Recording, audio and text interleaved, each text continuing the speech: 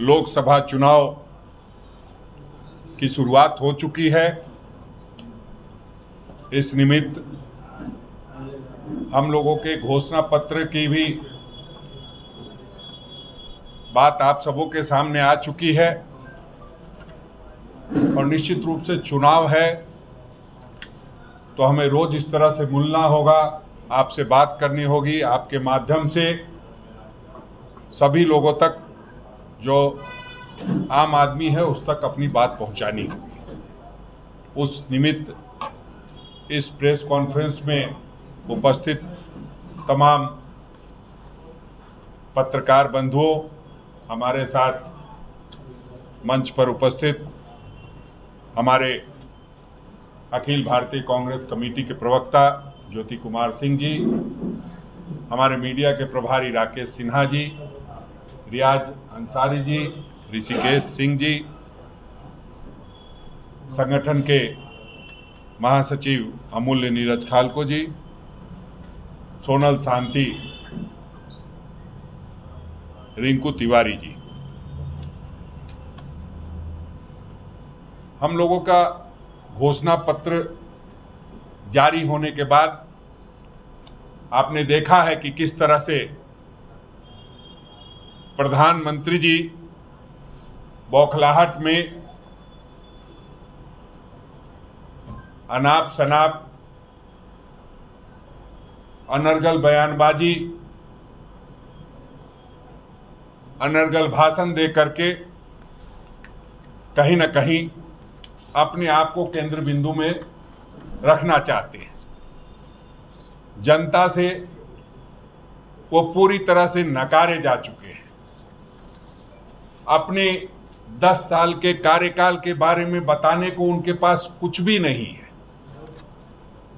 इसलिए वो कांग्रेस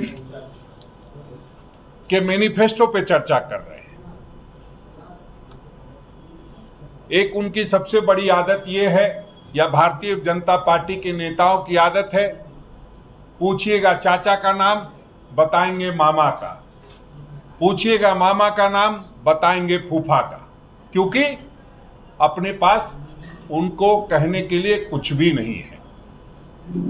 और जिस तरह से इलेक्टोरल बॉन्ड का मामला सामने आया है, उस दिन से वो पूरी तरह से विचलित और परेशान है और अपनी परेशानी को दूर करने के लिए लगातार झूठ पर झूठ बोले जा रहे हैं, झूठ की गारंटी दिए जा रहे हैं।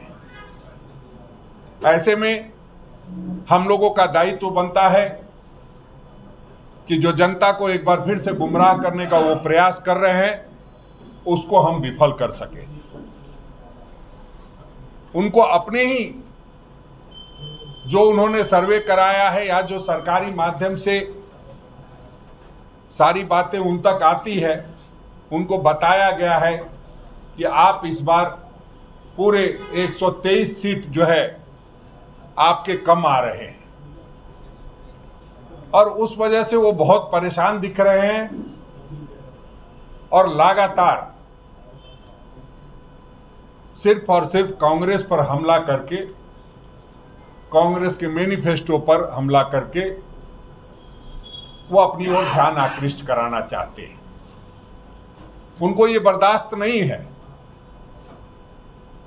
कि गरीब और आम आदमी की आवाज को कांग्रेस पार्टी बुलंद करे, गरीब और आम आदमी के जेब में कुछ जा सके, उनको न्याय मिले।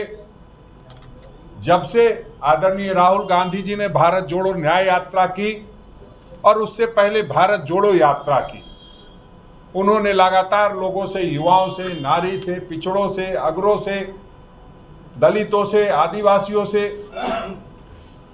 अल्पसंख्यकों से, सबसे लगातार मुलाकात की और उसका जो निचोड़ आया, उससे जो सारी बातें कलेक्ट हुई, उन सबको कांग्रेस पार्टी ने अपने मैनिफेस्टो के रूप में उतारा है। और सही बात यह है कि जब हजार लोग, यूं कहिए कि करोड़ों लोगों से उनकी मुलाकात हुई पहले 4000 किलोमीटर पैदल चले, फिर 6713 किलोमीटर की यात्रा की, और उस यात्रा में जितने लोगों से बात की और जो लोगों का दुख था, उसको जब हम दुख को दूर करने के लिए अपने मैनिफेस्टो में वादा कर रहे हैं, जो हमने न्याय पत्र जारी किया है, उससे कहीं न कहीं पूरी भारतीय जनता पार्टी बेचैन है और लगातार तरह तरह की बातें कर रहे हैं। मैं उनकी बातों पर नहीं जाऊंगा। हम लोग चुनाव के मुहाने पे खड़े हैं। ऐसे में एक बात का जरूर हमें आशंका है कि हमारे यहां त्योहार का माहौल है। 3 दिन के बाद ईद होगी, सरहुल होगा, उसके बाद रामनवमी है। लोगों के मन में एक डर बैठा हुआ है कि चुनाव है, कहीं चुनाव में अपने ध्रुवीकरण के फायदे को उठाने के लिए तरह तरह की साजिश करके कहीं मतों का ध्रुवीकरण नहीं कराया जाए।